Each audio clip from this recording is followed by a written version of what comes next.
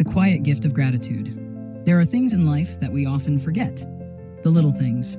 Moments that seem small, yet are gentle miracles shaping our days. A warm cup of tea, the sound of birds outside the window. A quiet morning with nothing demanding our haste. Not grand events, but precious blessings. In the rush of modern life, we often overlook them. Our minds are full. Responsibilities, work, deadlines, distractions. It's easy to feel overwhelmed. And even easier to forget the good.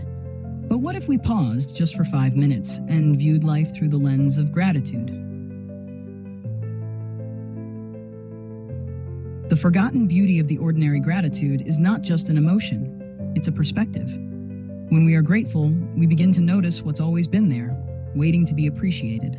The warmth of morning sunlight after days of rain, the smell of freshly baked bread, the laughter of someone we love. These ordinary gifts are powerful. They ground us. They bring us back to the present.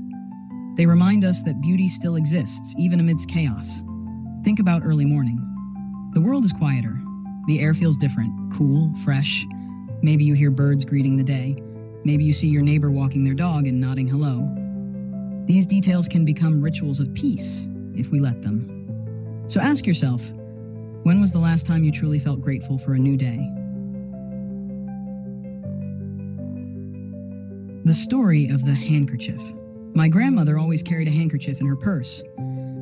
Not a modern tissue, but a soft, faded piece of cloth with embroidered flowers at the corner.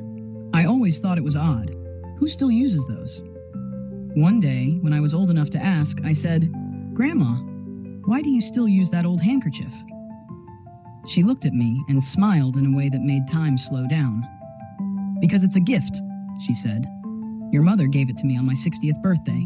Back then, I felt lonely. She handed me this and said, 'So you'll always have something beautiful with you.'" I didn't know what to say. I looked closer at the cloth. Old but clean, faded but cared for, just like her. "Every time I use it," she said, "I remember how deeply I've been loved." That moment stayed with me. I think of it whenever I hold on to something small but meaningful. Gratitude doesn't always shout. Sometimes it just sits quietly in your pocket. The healing power of gratitude. Science tells us, people who practice gratitude sleep better. They live longer. They're more resilient in hard times. They feel more connected. Why is that? Because gratitude changes how we see life.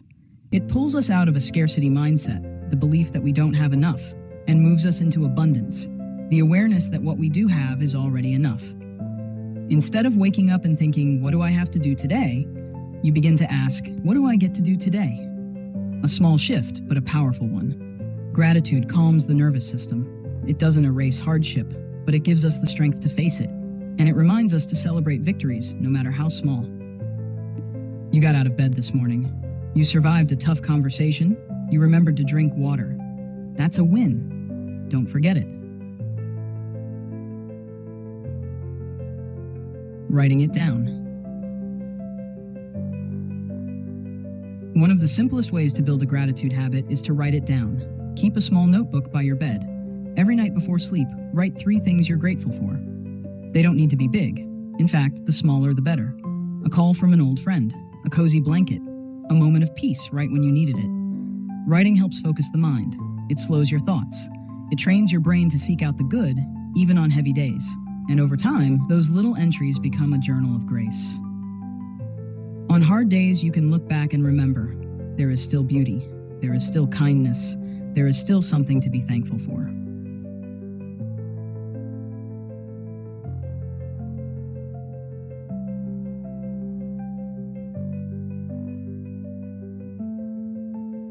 Sharing the gift. Gratitude is meant to be shared. It grows when we speak it out loud, when we tell others how much they mean to us. Say thank you. Not just for big gestures, but for everyday kindness. Thank the person who held the door. Thank the friend who listened. Thank the stranger who smiled. Call someone you love and tell them you appreciate them. Send a note. Share a memory. Offer your full presence. These moments build bridges. They restore trust. They remind us we're not alone. Gratitude is not just a feeling, it's a connection to others, to ourselves, to something greater.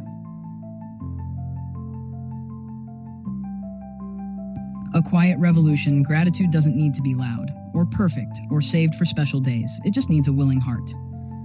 So tonight, pause, breathe, look around, find something small and sacred, and say thank you. A warm cup of tea, a roof after a storm, a heart that still beats.